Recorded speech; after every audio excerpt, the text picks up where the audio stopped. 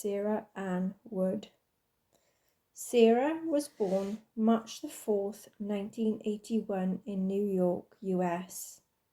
She disappeared on August the 18th, 1993, age 12, from Litchfield, New York in the US.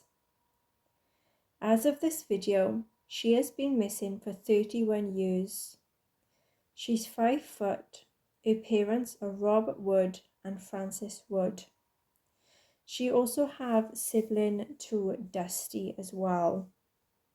She's a Caucasian female, 96 pounds, shoulder-length curly brown hair, blue eyes, and has freckles on her face, scars on both legs, one toe on each of her feet is disabled. So Sara, who was born on March the 4th, 1981, had disappeared on August 18th, 1993.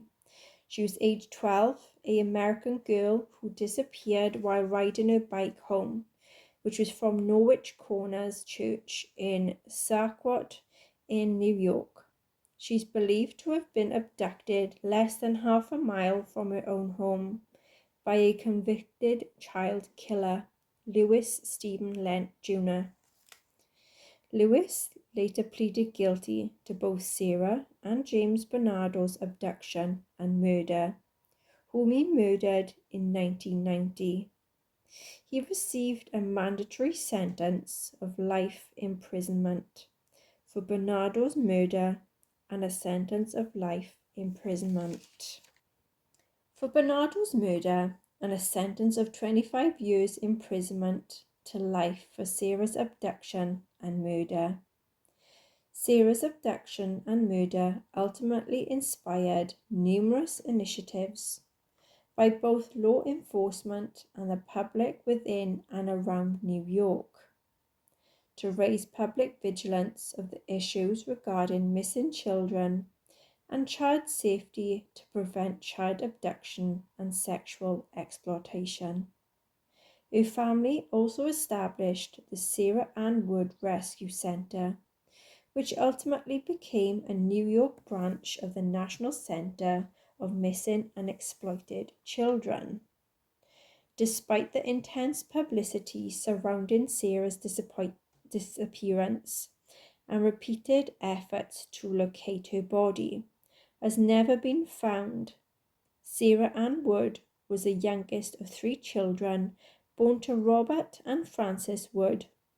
Her father was a pastor at Norwich Corners Presbyterian Church in a rural community of Saquot in New York, where she and her 2 siblings, Dusty, age 17, and Nikki, age 14, at the time had worshipped. The family resided at 300 Hackerdam Road in Saquot. Sara had then been described as intelligent, religious, and lively child, with a love of dancing and poetry. Her brother Dusty would also recollect that his sister was a devoted fan of a country musician, Dolly Parton, and had given her personality. Similar sentiments were also made by staff and pupils at Sara's elementary school, with one teacher, Nancy Waldeck, later recollecting, quote, "She was just the happiest little girl. The thing I remember the most is that she would just giggle all the time, and she could get me laughing and the whole class laughing, and I would literally have to turn around and think to myself, okay, I'm the teacher, stop laughing at everything that comes out of her mouth." Sara was last seen at approximately 2:30 p.m. on August 18th, 1993, riding her bicycle up a steep hill on Hackerdam Road in Frankfort, New York, close to Norwich Corners Church on adjoining Roberts Road.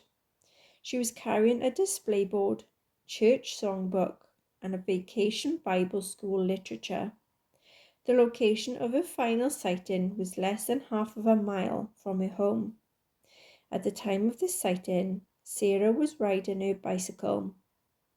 Although, according to her abductor, she had dismounted her bike and was walking alongside the road, pushing the bicycle at the time he had spotted her. At the time of Sara's disappearance, she was wearing a pink t-shirt with the words "Guess Who" embroidered upon the front, turquoise blue shorts and brown sandals. She was also wearing prescription glasses. Within the hour of Sara's abduction, her parents, brother and sister became alarmed by her absence. Child was reported missing to the police. Later the same afternoon, and several hundred troopers and volunteered firefighters. They had searched several dozens of square miles of terrain. Sara's family themselves immediately pursued all tangible methods to locate her, including conducting searches around their neighborhood and printing and distributing missing person flyers. Her bicycle was soon discovered leaning against a tree several yards from Hakerdine Road. A search of the area revealed her colouring book and crayons that was hidden in an area of brush that was close to her bicycle. And investigators rapidly determined that the child had been transported from the site of her abduction in a vehicle. An extensive search of the vicinity of Sara's disappearance and other potential areas of interest was conducted over the following 5 days by both state police and forest rangers. These ground-level efforts and extensive public appeals for information leading to Sara's whereabouts and safe return had failed to either locate the child or yield clues to her whereabouts.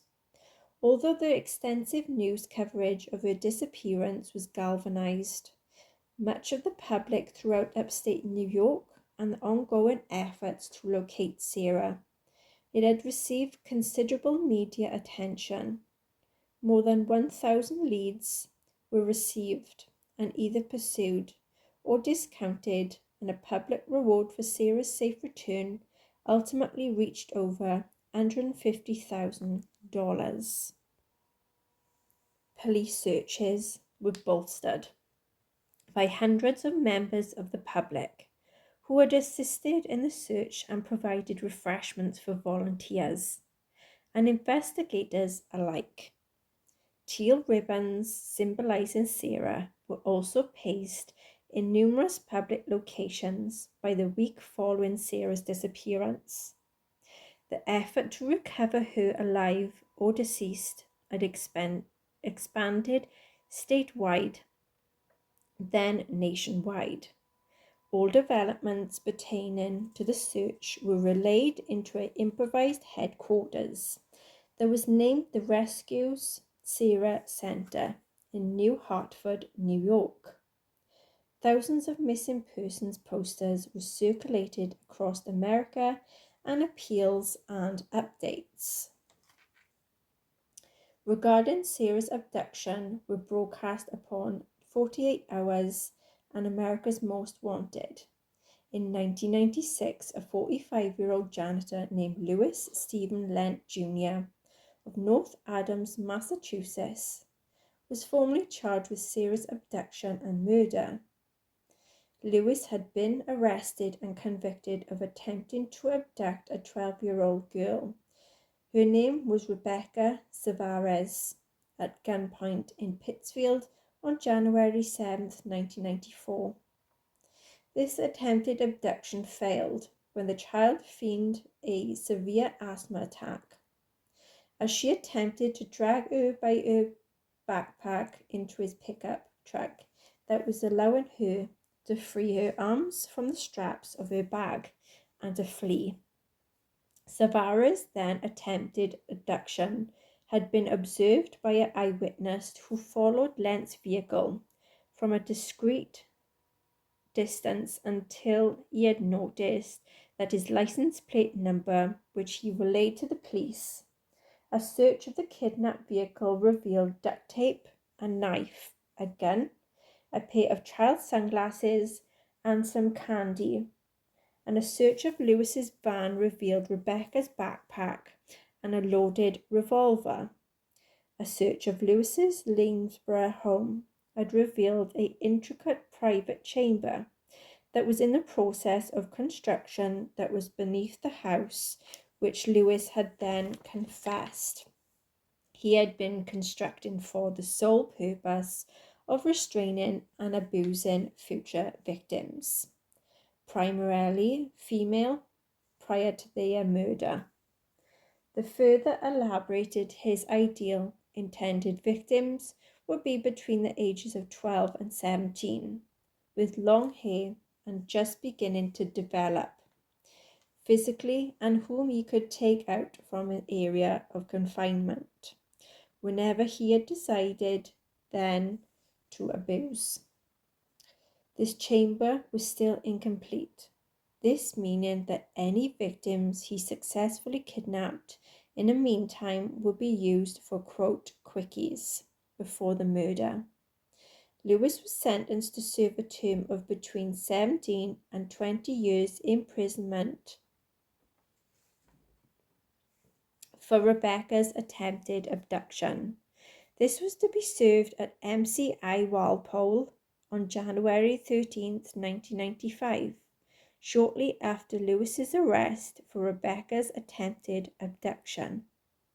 Investigators in New York reviewed a disseminated teletype of the offense, the victim's profile and general circumstances of which closely matched Sara's abduction. He was interrogated shortly after his arrest. Soon confessed to Sara's rape and murder in addition to the October 22nd, 1990 abduction and murder of a 12-year-old Pittsfield, Massachusetts boy who was named James Joseph Bernardo. Lewis claimed to have encountered Bernardo outside the movie theater, where he worked as a janitor. He offered the boy $5 to move chairs in the theater, which Bernardo accepted. Inside the theater, he bound Bernardo's hands behind his back at knife point, then drove him to his home where the child was bound by his wrists, ankles, to Lewis's bed. Following morning, he drove the blindfolded boy to an area of woodland that was in Newfield, New York, where he strangled him to death with a section of rope.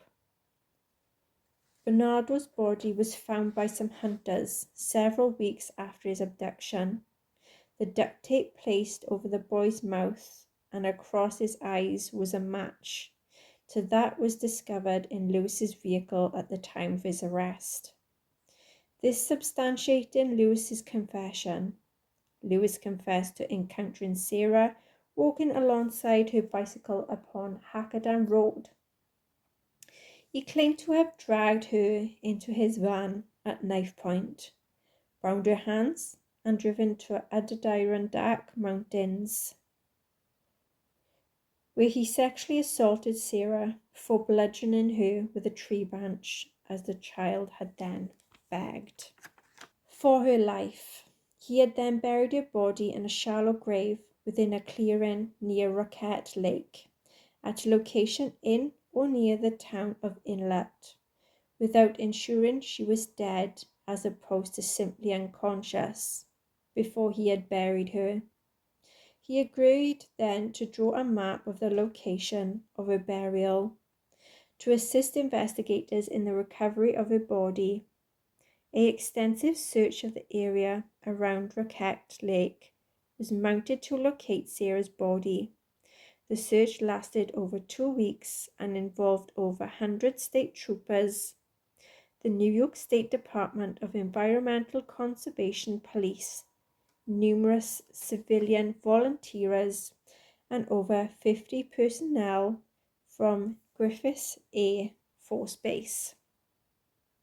Search and rescue dogs and heavy equipment were also used in search, and many other civilians prepared meals with food donated by local businesses and the public for the searches. Others, including Sara's father, transported sandwiches, beverages, and excavation equipment from storage facilities to the search vacations. These extensive efforts ultimately proved fruitless. Lewis subsequently then claimed that Sara had not actually been buried at a location that was close to Roquette Lake, although he refused to disclose the actual whereabouts of her remains, claiming that he had buried another victim's body close to hers, which he did not want to be found. Lewis was tried separately for both homicides. In June 1996, he pleaded guilty to Bernardo's abduction and murder. On October 16th, he received a sentence of life in prison without the possibility of parole. At his formal sentencing for Bernardo's murder, he informed his attorney that he also wished to plead guilty to Sara's murder. However, reportedly upon seeing Sara's parents in the courtroom at this hearing, he refused to provide any further details that was pertaining to her actual whereabouts. 9 days after pleading guilty to Bernardo's murder, on October 25th, 1996, Lewis pleaded guilty to Sara's abduction, rape, and murder. Although Sara's family were not present in the courtroom, on this occasion, he again refused to provide any additional information regarding the child's whereabouts, though Lewis later then recanted his confession to Sara's abduction and murder. He was convicted of her second-degree murder and formally sentenced to a concurrent term, 25 years to life, in prison. This was by Judge Patrick Kirk on April 11, 1997. His sentencing was delayed by 2 months at a request of Sara's parents, in the hope that he might be persuaded to finally reveal the location of their daughter's body. In the months immediately prior to his sentencing, Lewis refused the plea bargain offer from Herkimer County District Attorney Michael Daly, whereby he would not serve his life sentence inside a state prison if he revealed the location of Sara's body. He also refused final personal pleas from Sara's parents and brother to reveal her whereabouts throughout the sentencing phase of his trial. These final pleas from Sara's family included recitations of Bible verses, urging him to repent for his past deeds. Final request from Judge Kirk to Lewis to reveal the location of her body immediately prior to his imposing sentence was also ignored, prompting the judge to remark he would have no hesitation in imposing the death penalty, that is upon Lewis had he the legal option to do so in this case. Lewis is currently incarcerated in Pittsfield, Massachusetts.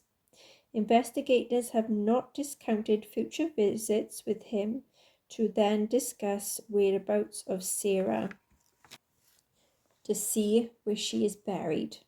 Although Michael Daly has stated he believes Lewis has taunted Sara's family and investigators alike by then refusing to reveal her burial location, stating in 2013, quote, "I believe that he has misled us intentionally in a number of different areas, but he has given us all the information that we need to find the location.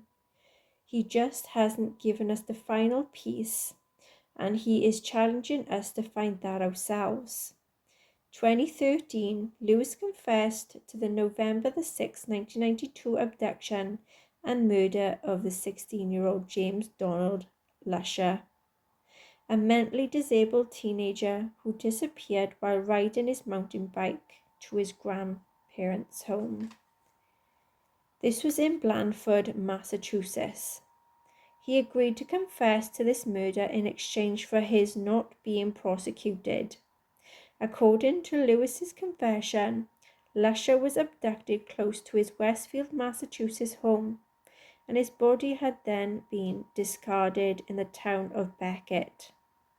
Lusher's bike was discovered several days after his disappearance, although his remains have also never been recovered.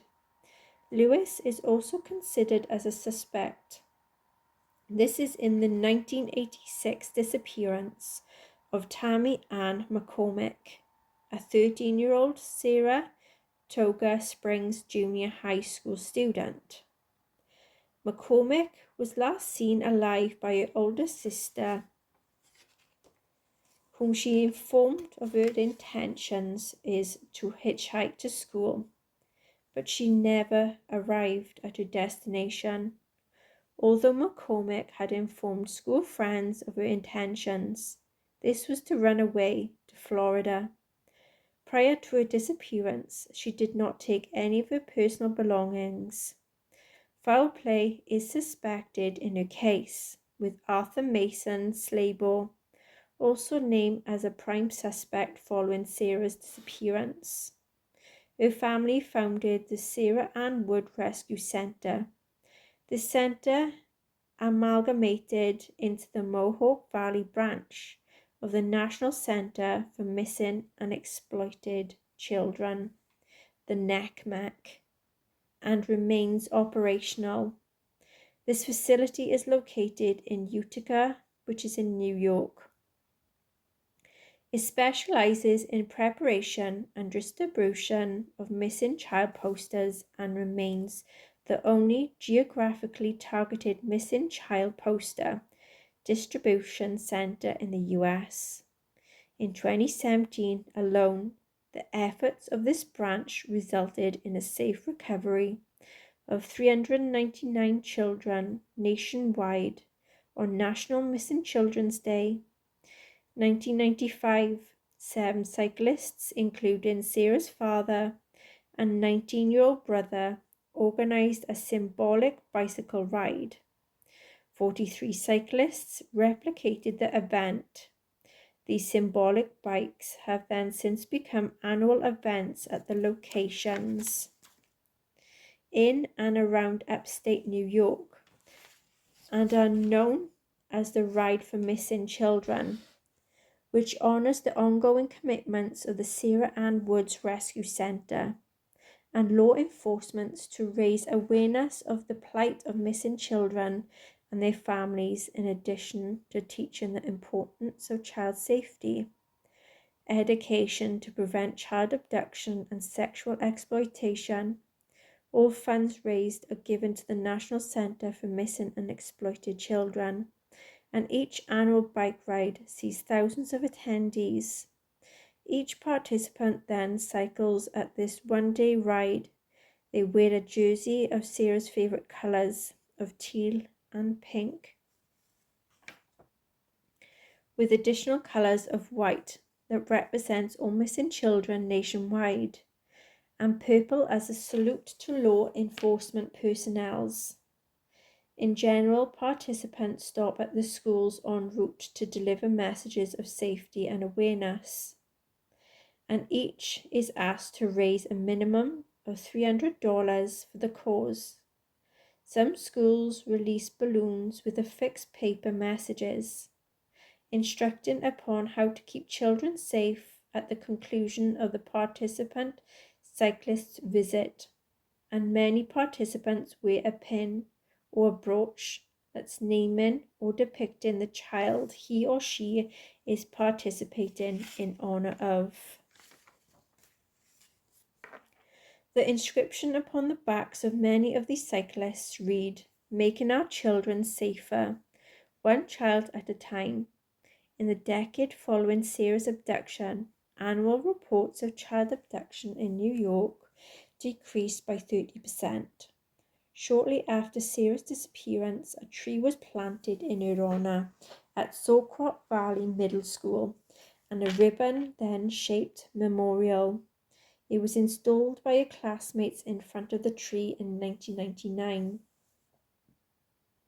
The year Sara would have graduated from high school, they placed a plaque in front of the tree, despite numerous searches having been conducted to locate Sara's remains as of 2025. Her body remains undiscovered.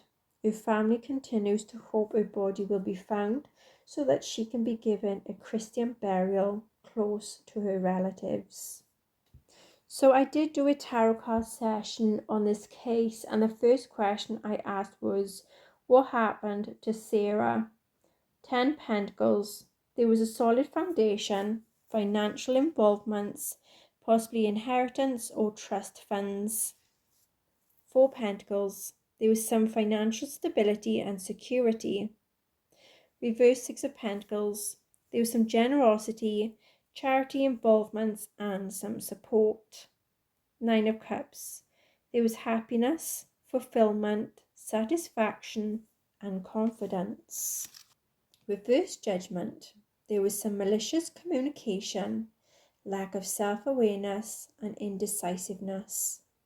King of Wands. There was a male with some experience. They were friendly, confident, and had a way with words that was very fearless.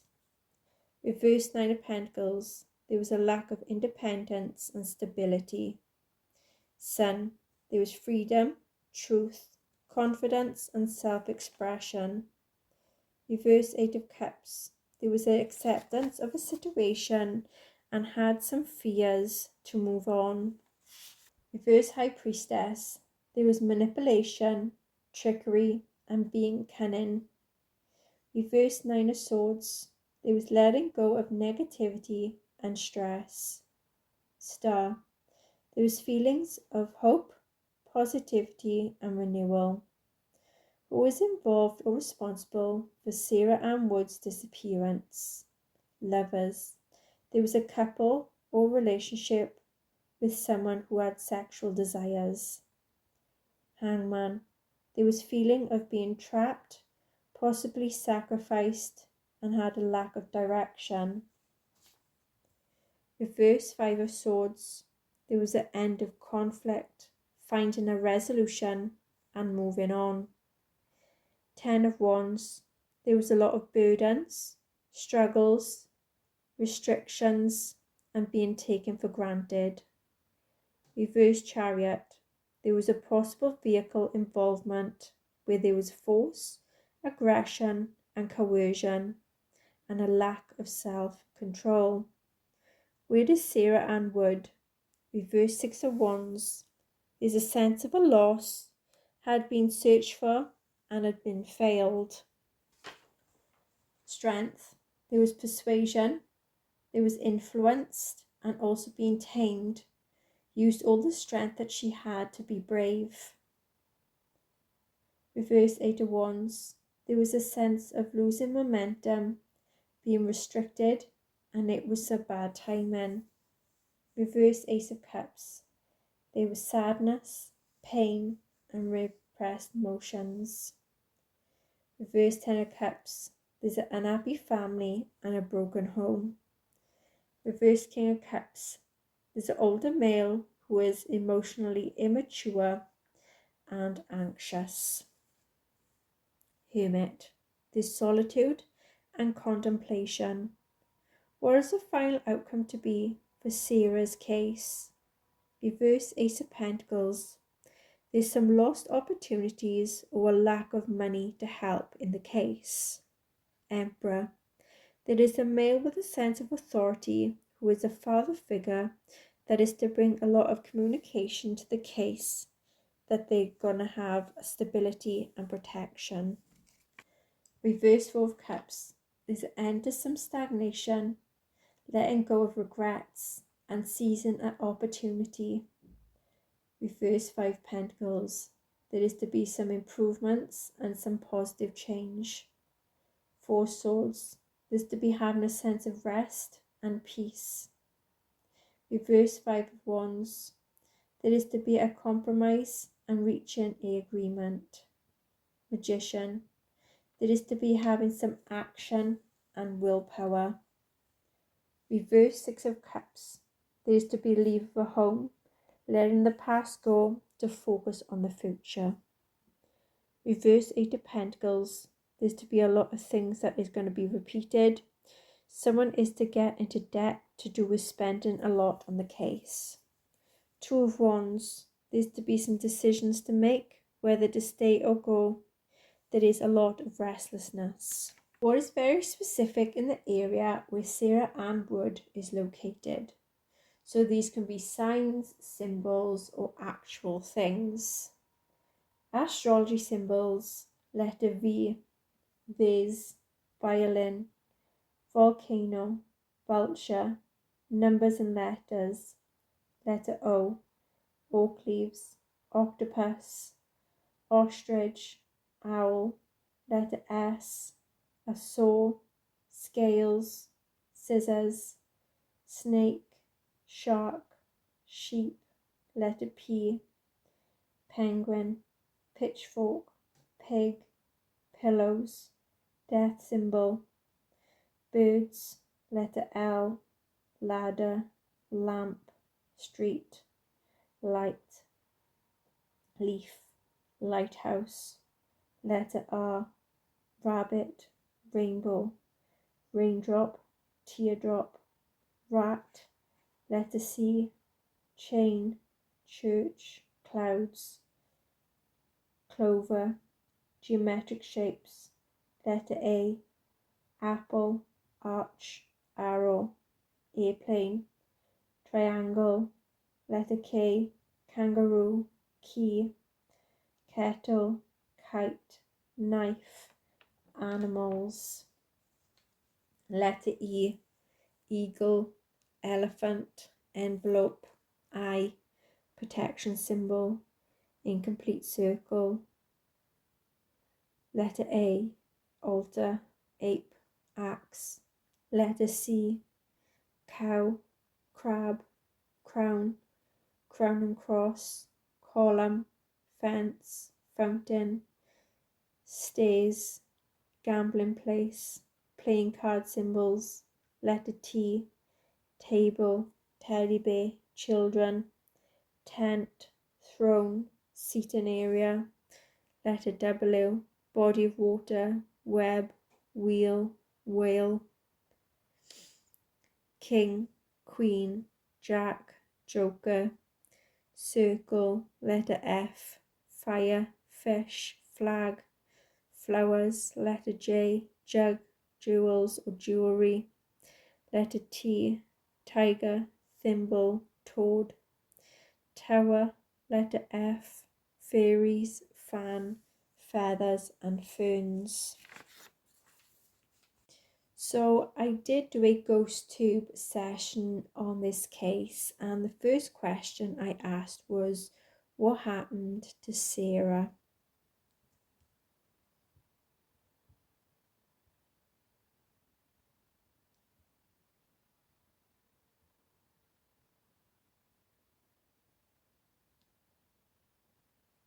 Who was involved or responsible for the disappearance of Sara?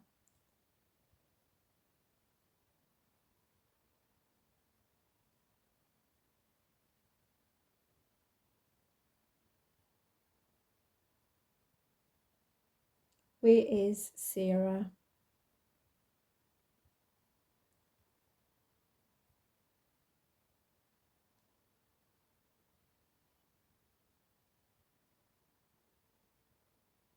What is the final outcome to be for Sara's case?